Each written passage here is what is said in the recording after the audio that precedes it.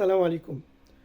الكثير من الناس إذا نجاه الله سبحانه وتعالى من منزلق خطير أو من حادث أو لا قدر الله من كارثة أو مصيبة فيقول نجوت بذكائي وبحيلي وبفطنتي.